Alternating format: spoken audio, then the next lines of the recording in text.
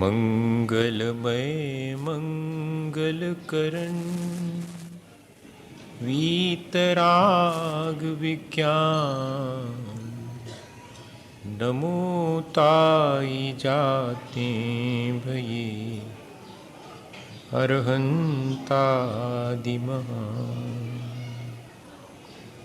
जो विद्यादि सागर सुधी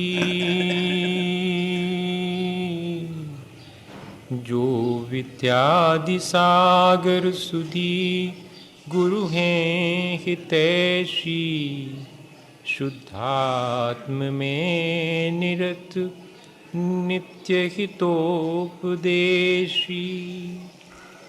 वे पाप ग्रीष्म ऋतु में जलहें सयाने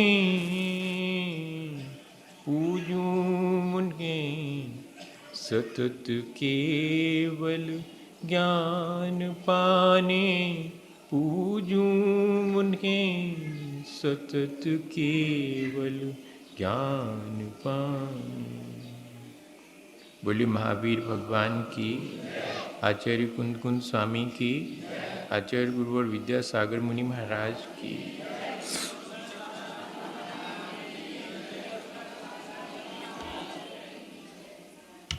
हम सभी लोग अपने जीवन को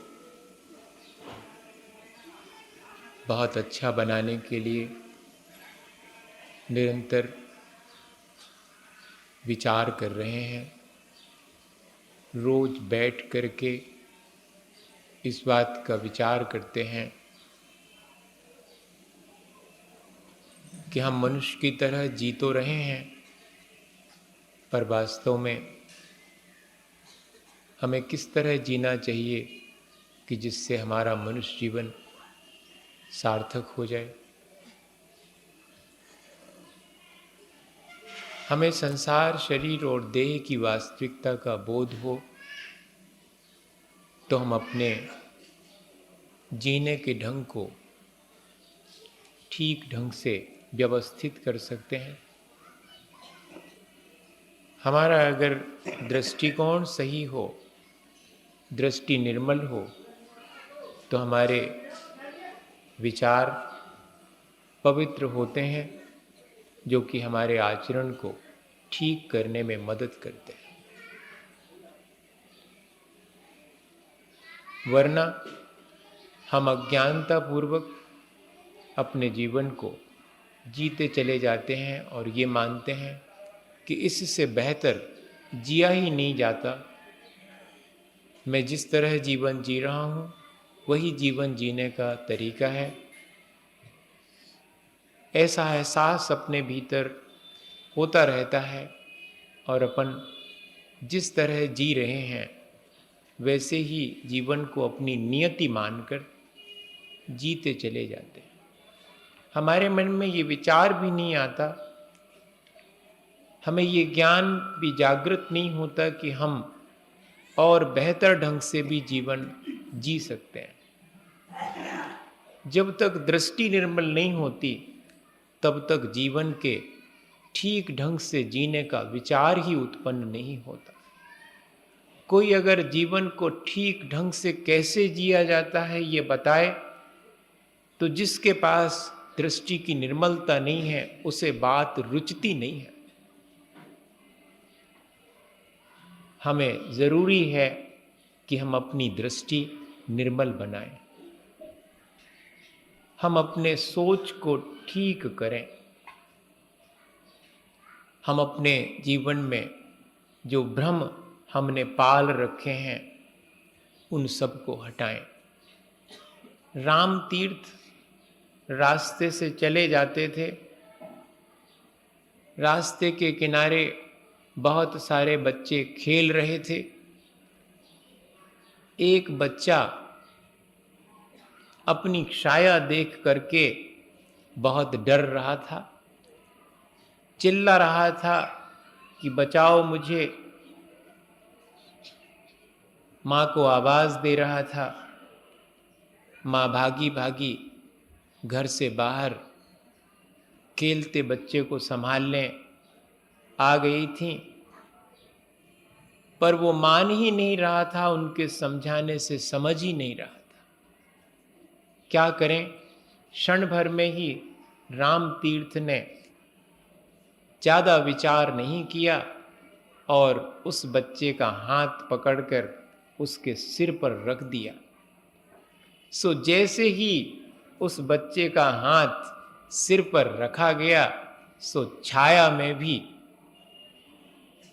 हाथ सिर पर रखा हुआ दिखाई देने लगा।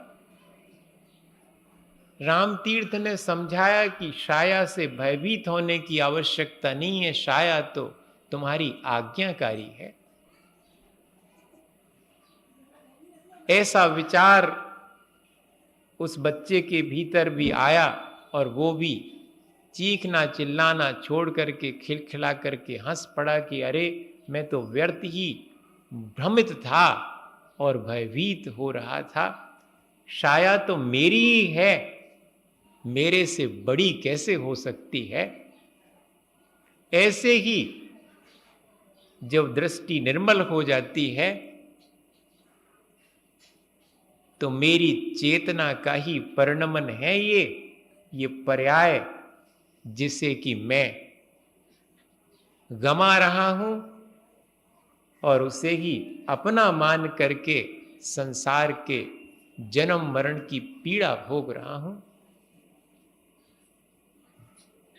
और अपने आत्मा का ज्ञान हमारे जीवन में उत्पन्न हो जाता है तो अपनी पर्याय बुद्धि नष्ट हो जाती है और फिर जो जीने का ढंग है वो फिर पर्यायाधीन नहीं रहता, आत्माधीन और स्वावलंबी जीवन जीना अपन शुरू कर देते हैं।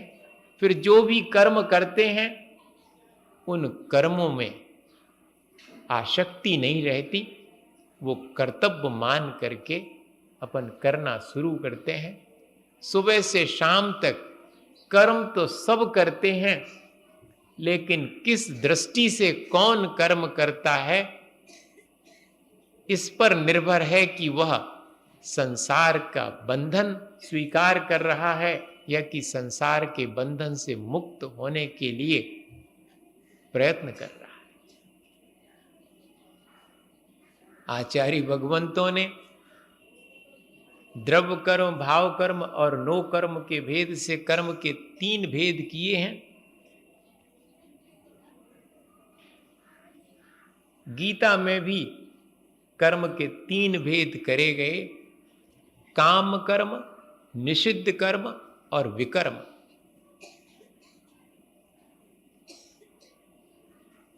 जो धर्म ध्यान के लिए अपन अनुष्ठान करते हैं वे सब विकर्म हैं और जो कामनाओं से ग्रसित होकर के अपन कर्म करते हैं वो सब काम कर्म हैं और हिंसा, झूठ, चोरी, कुशील, परिग्रह इत्यादि जो पापकारी हैं वे सब निषिद्ध कर्म हैं। सो निषिद्ध कर्मों को तो जिसकी दृष्टि निर्मल हो गई वो छोड़ देता है, अपने कामनाओं से किए जाने वाले कर्म को भी संभाल लेता है और अधिक से अधिक ऐसे कर्म करता है जो कि कर्मों की निर्जरा में कारण बनते हैं।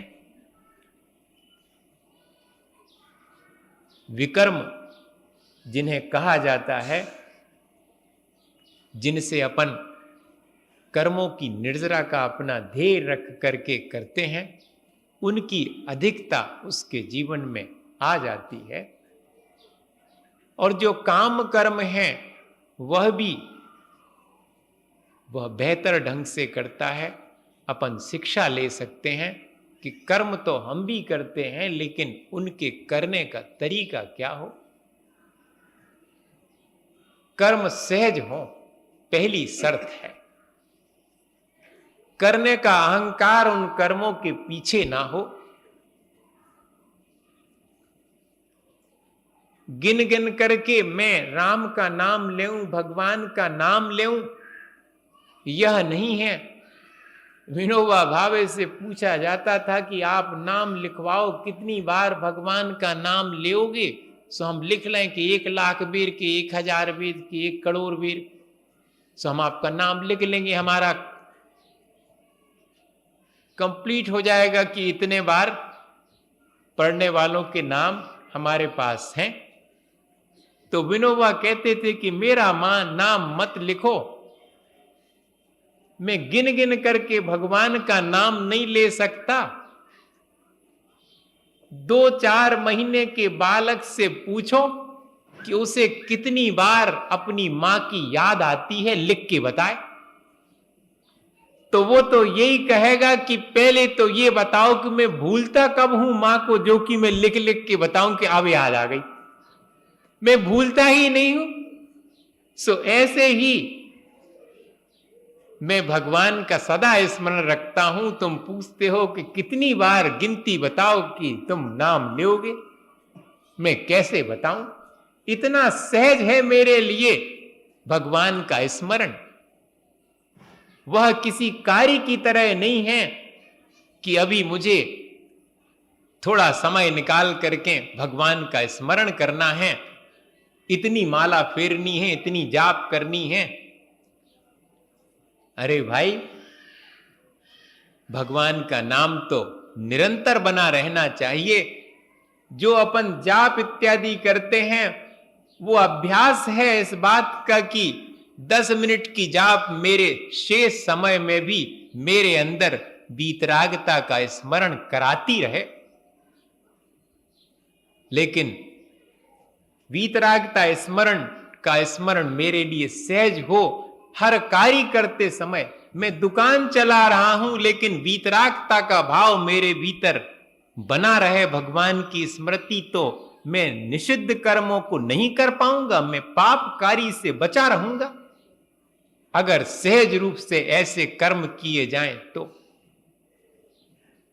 मां अपने बेटे की परवरिश करती है, बचपन से बड़ा करके पाल पोस करके उसे योग्य बनाती है। किसी भी मां ने कभी ये नहीं कहा कि मैंने बच्चे के इतने गंदे कपड़े धोए, इतनी सेवा करी, मेरा वीडियो फिल्म बनवाओ, हैं? हाँ, मैंने सेवा करी, मेरा इतना पेमेंट हुआ। अगर किसी नर्स को सेवा के लिए लगाओगे तो महीने भर का हिसाब कहेगी कि देखो हमने तो तुम्हारे बच्चा को करो। और माने उसके लिए तो सहज है। अकेले धन्यवाद देने से उसका काम नहीं चलेगा कि आपने इतनी सेवा करी, थैंक्स। हम इसके लिए, इस उपकार के लिए कुछ भी दे नहीं सकते, इतना सहज कर्म है। सूरज सुबह से आकर के ये नहीं कहता पहले कि तब ऊंघेंगे जब पहले बताओ कि को जग है, कितने जने जग हैं तो ऊंघे हम, कितने फूल खिलेंगे ये तब तय हो जाए पहले। नहीं, वो तो उगता है, प्रकाश देता है, उसका काम है, सहज रूप से करता है। जिसको जगना है जग जाग जाए, जिसको सोना है सोता रहे। कमल खिले तो खिले, नहीं खिले तो उसका कोई उसमें श्रेय नहीं है कि मेरे प्रकाश में अगर नहीं होता तो लोग कैसे जगते। ऐसा अहंकार नहीं है उस कर्म में, उसका कर्तव्य है। क्या अपन ऐसे ही सुबह से शाम तक कर्म नहीं कर सकते? अत्यंत सहज भाव से, बिना किसी फल की आसक्ति के, बिना किसी अहंकार के। लेकिन थोड़ा सा कर्म अपन करते हैं और अहंकार बहुत सारा करते कि मैंने किया। अरे तुमने क्या किया? वस्तु का परिणमन था, तुम उसमें निमित्त हो, सिर्फ निमित्त मात्रम भव सव्य साची।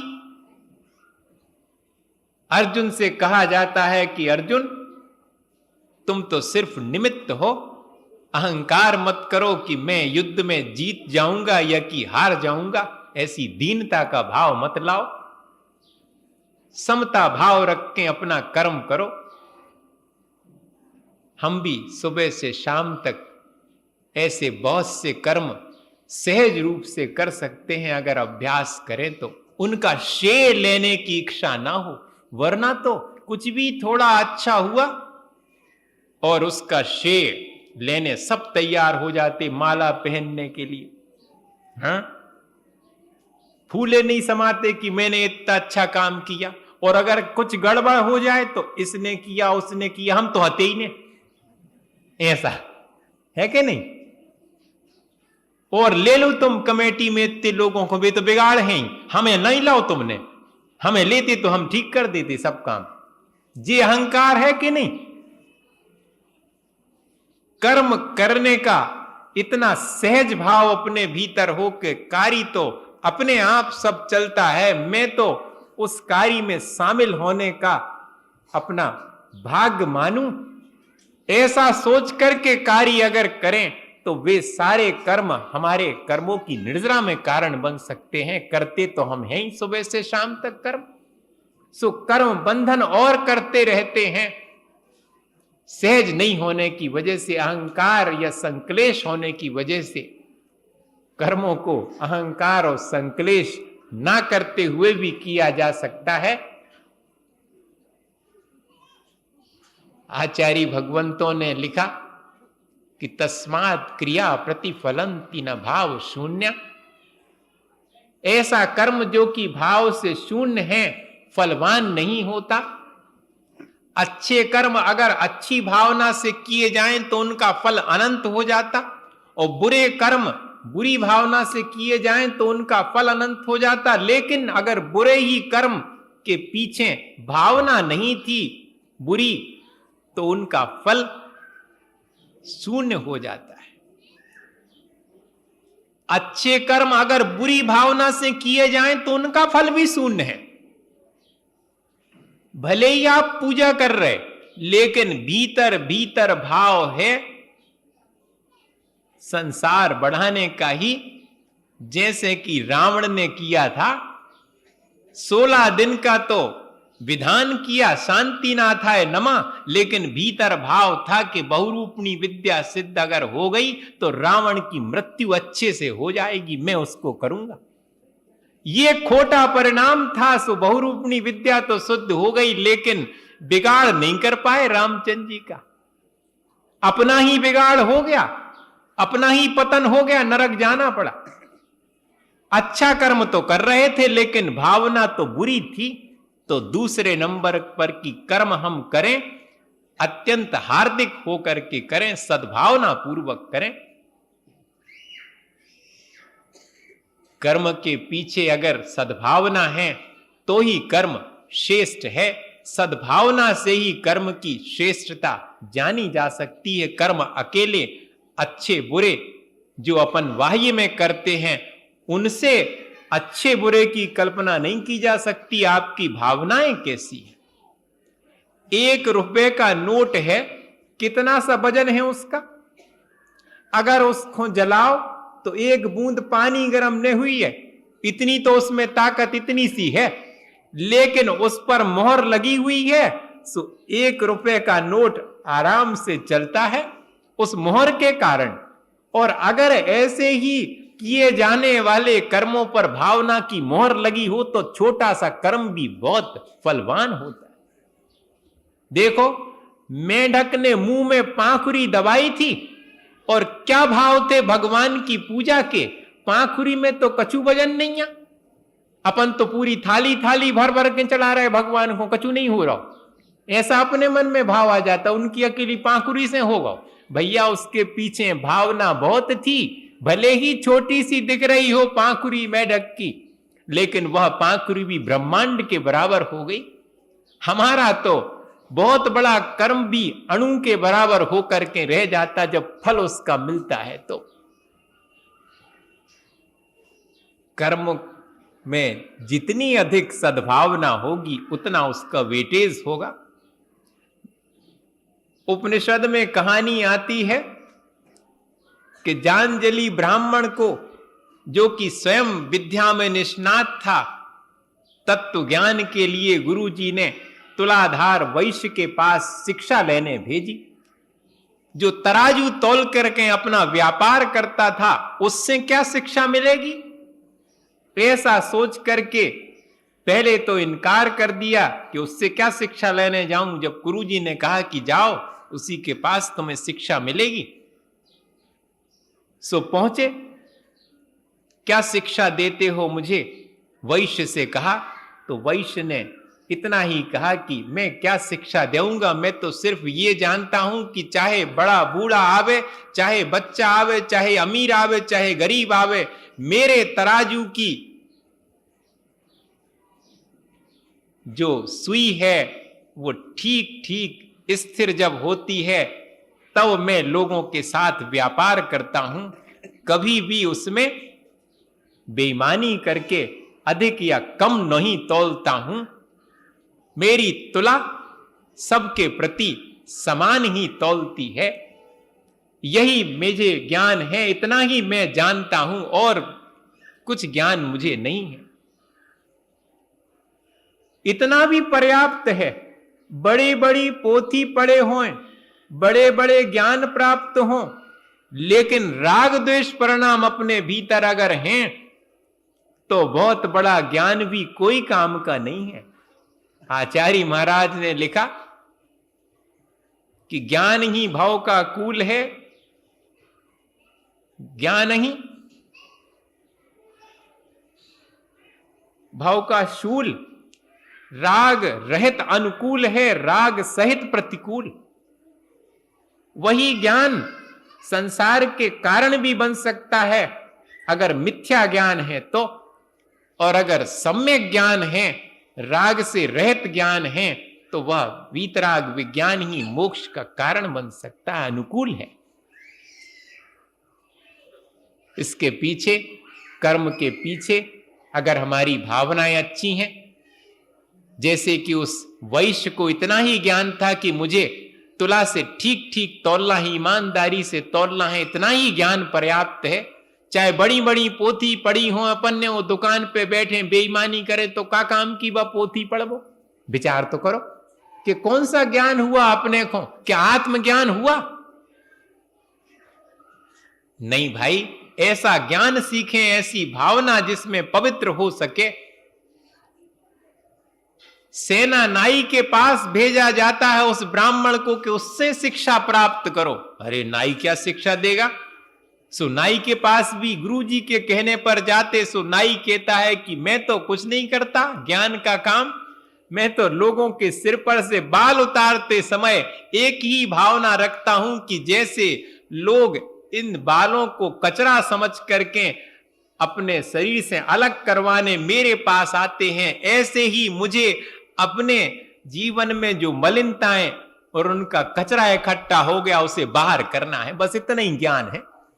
मेरे भीतर कषायों का कचरा इकट्ठा ना होता जाए, मैं दूसरे का कचरा तो दूर करता हूं, बाल उतारता हूं, लेकिन मेरी आत्मा मलिन ना हो जाए। इतना ही ज्ञान है मुझे। भैया इतना ही ज्ञान पर्याप्त है कर्म के लिए, तो जो भावनाओं को पवित्र करने के लिए योग्य है। भावना से ही हमारे कर्म में विशेषता आती है। हम देखें कि हम पूजा कर रहे हैं और हमारी भावना अच्छी नहीं है, तो हमारी वो पूजा हमें उतना फल नहीं दे पाएगी। और घर में अगर हम रोटी बना रहे हैं, भोजन बना रहे, बताइए आप, मां भोजन बना रही और क्या भावना भा रही? भोजन अच्छे से बनाऊं, मेरे लिए इतनी बड़ी घर की जिम्मेदारी मिली है, सबको प्रेम से भोजन कराऊं, ये भोजन करके सब धर्म ध्यान करें, समृद्ध हो, सुख और शांति पावें, तो मेरा भोजन सार्थक हो जाए। अगर ऐसी भावना से कर्म तो कर रहे हैं, लेकिन भावना उसके पीछे पवित्र है, और अगर खोटी भावना हो जाए कि जो हमारे लाने बनावे खो मिलो, जो ही घर गृहस्थी को काम ही करते रहे, रोटी बनाते रहे का हम रोटी बारी लगा लो, हम कहां तक बनाए रोटी। ऐसा अगर अपने भीतर भाव करके और अपन वो रोटी बनाने का कर्म कर रहे हैं तो वह सिवाय कर्म बंध के और कुछ भी देने वाला नहीं फल। भावना अगर पवित्र है उस कर्म के पीछे तो ही कर्म सार्थक होगा। इस तरह अपन अगर विचार करें तो ही अपन अपने कर्मों को आसानी से ठीक बना सकते हैं। और एक बात और कही गई कि जो भी कर्म करो स्वपर कल्याण की भावना से करो। जब भी हम कर्म करें तो ध्यान रखें कि ऐसा कर्म जिससे दूसरे का अकल्याण हो, मेरा तो होएगा ही। जब दूसरे के अकल्याण का मैं कर्म कर रहा हूं तो मेरा अकल्याण तो पहले कर रहा हूं। मुझे तो अपने कल्याण और दूसरे के कल्याण के लिए ही कार्य करना है। ऐसा कोई कार्य नहीं करना जिससे कि मेरा और दूसरे किसी का भी अकल्याण होता हो। तो अपने आप कौन से कर्म मुझे करना चाहिए, कौन से नहीं करना चाहिए, क्या खाना चाहिए, क्या नहीं खाना चाहिए, जो दूसरे का हित करने वाली चीज है उसे क्यों मैं व्यर्थ में अपने लिए ग्रहण करूं, वो मेरा भी अहित करेगी। ऐसा विचार करके सारा जीवन सुधर सकता है। कब? जबकि विचार अच्छे हों, सोच अच्छा हो, सोच सपर कल्याण का हो तो। वरना तो अपन अच्छे कर्म करते हैं उनके पीछे भी भावनाएं खोटी होती हैं। देखता रहता हूं, उदाहरण नहीं सुनाऊंगा, बहुत सारे उदाहरण आपको भी मालूम है कि हमने बहुत अच्छे अच्छे कर्म बाहर से तो दिख रहे हैं कि किए, लेकिन उनके पीछे हमारी भावना कितनी खोटी हो जाती है जिसका कि फल हमें ही भोगना पड़ेगा। और एक किसान की भावना देखो कि भावना भाता है कि खूब पानी गिरे मेरे खेत में, सब जगह, तो मेरे खेत में तो गिरे गई। सबके कल्याण में मेरा कल्याण निहित है, मैं अलग थोड़े ही हूं। और जो व्यक्ति अपने आत्म कल्याण में लगा है उसके द्वारा दूसरे का कल्याण नहीं हो सकता, यही दूसरे का कल्याण है। सो चाहे अपने कल्याण में लगा व्यक्ति हो या दूसरे के कल्याण का विचार करने के लिए उसके भीतर भावनाएं हो, दोनों ही स्वपर कल्याण करने में कारण बनेंगे। अपन को ऐसी तैयारी करनी चाहिए, अत्यंत हार्दिक होकर के, सहज होकर के, स्वपर कल्याण की भावना से भर करके कर्म करना चाहिए। एक द्वीप के अंदर एक जहाज किनारे पर लगा, भटक गया था। देखा कि कोई द्वीप में है क्या इंतजाम, सो सब खोज रहे थे। दिखाई पड़ा कि एक बहुत सुंदर सा मंदिर है। जाकर के देखा कि मंदिर में कोई है क्या, तो वहां पर 3 लोग बाबा जैसे दिख रहे थे, तीनों, और प्रार्थना कर रहे थे भगवान की, कुछ बोल रहे थे। तो उस जहाज में पंडित जी बुरे ने मानियो कौन हो अगर तो, एक पंडित जी हते, पंडित जी नुमा ऐसा कह लो। तो पंडित जी उन तीनों की प्रार्थना सुन रहे थे, जानी देख रहे थे कि इंतजाम का उनको पहले नंबर दिखाएगा कि 3 ही जने ठीक प्रार्थना नहीं कर रहे। जो स्टैंडर्डाइज प्रेयर है वो तो बिल्कुल नहीं की जा रही, ये कौन सी प्रार्थना कर रहे बताओ। तो उन तीनों को कहा कि तुम्हारी प्रार्थना ठीक नहीं है, तुम प्रार्थना ठीक सीख लो। वो तीनों साष्टांग उनके चरणों में गिर गए कि हम तो अज्ञानी हैं, हमें तो प्रार्थना आती नहीं, आप सिखा दो ठीक ठीक प्रार्थना। पंडित जी का अहंकार पुष्ट हो गया। पंडित जी आसन पर बैठे, कह ले हाँ बैठो, तुम अज्ञानी हो, सब सीखो, हम सिखाते। ले ये भी कर्म है। एक वो कर्म कर रहे हैं कि विनय पूर्वक सीखने के लिए आतुर हैं, और एक अहंकार पूर्वक सिखा रहा है। दोनों कर्म कर रहे हैं। एक कर्म बंधन कर रहा है, एक कर्मों की निर्जरा कर रहा है। सुबह से शाम तक अपन विचार करें कि जो मैं कर्म करता हूं अहंकार और संक्लेश से प्रेरित होकर करता हूं या कि सपर कल्याण की भावना से करता हूं। चाहे पूजा करना हो का कर्म हो, चाहे खाना बनाने का कर्म हो, हमारी भावनाओं पर निर्भर करता है। हमारे भाव सपर कल्याण के हैं कि नहीं है। उन तीनों को जो स्टैंडर्डाइज प्रेयर थी वो सिखा दी पंडित जी ने। पंडित जी बड़े संतुष्ट कि हाँ हमने सिखा दी इनको, अब ठीक ठीक करना प्रार्थना। हाँ पंडित जी जैसा आपने कहा वैसे ही करेंगे, हमें मालूम ही नहीं आती कि ऐसी करी जाती, सीख ली। अब जहाज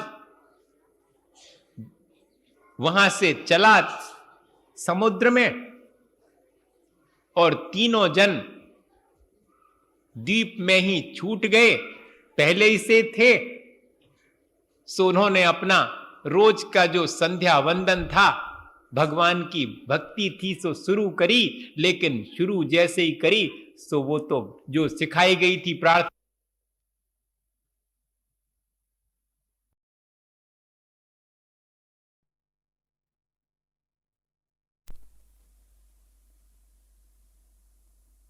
प्रार्थना अभी तक जिंदगी भर प्रार्थना करते थे, लेकिन अब जो पंडित जी ने सिखाई है वही सही प्रार्थना है ऐसा मान करके उसके भूल जाने पर अत्यंत विचलित हो गए।